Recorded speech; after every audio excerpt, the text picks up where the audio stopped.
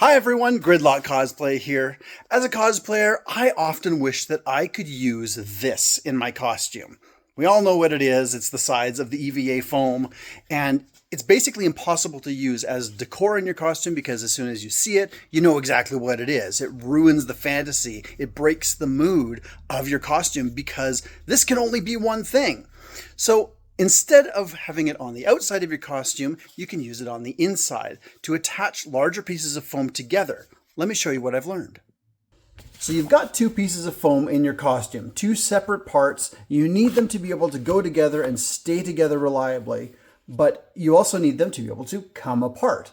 Now, in a previous video, I did a method where putting magnets into the side of the foam, and that works great if you just want to be able to toss it in and have it snap together. But if you need something a little bit more reliable, like a lot stronger to keep from pulling apart, you can't really use the magnets. Instead, that's where you use this. This is built into the foam already. It's made to keep two pieces of foam together. So this is how we're going to integrate it into your costume.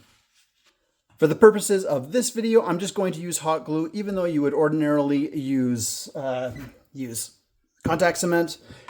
Just a little bit easier to show you. So the first thing you're going to have to decide is what direction you want this to attach. Now, what I mean by that is one piece is going to be there, the other piece has to go down onto it, because once it pushes down, it's not going to go any further. You won't be able to do it the other way by putting this piece onto that. So it's just a matter of direction, okay?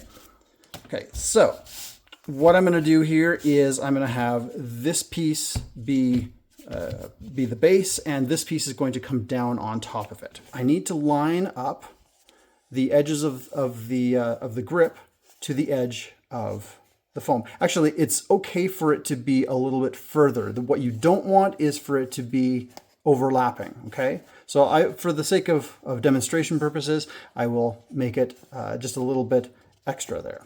Okay. Just some quick hot glue. Seriously though, use your contact cement. All right, just like that. Okay, there's the first piece. Now, your second piece is going to go right on there. And what we need to do is line it up with this piece. So I'm going to take this one off. Okay. Line up the two pieces. Glue it where I need it.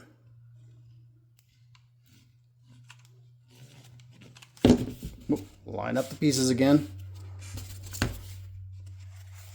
Put down the piece of foam, the grip.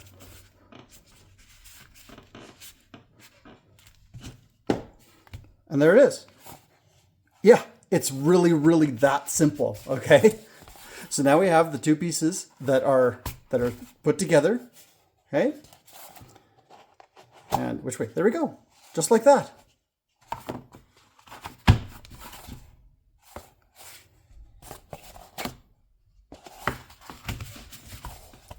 Now, as an extension, let me show you what else you can do with this. Often with pieces that are large enough that you need to use this technique, you're going to want some sort of seam on there. Sometimes a decorative seam does work.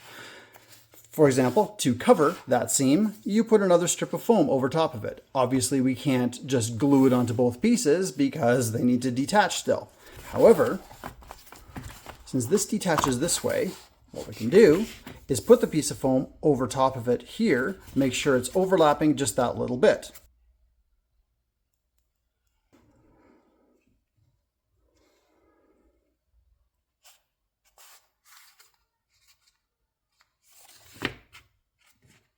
This is why you do not use hot glue. Yes, it's ugly, but okay for demonstration purposes, right? Okay, there. So now we have this intentional seam that goes over top of them both. Just like that. Beautiful. You can't tell. Like you would have no idea that there's an intentional seam here unless you see someone actually move it or rip it apart.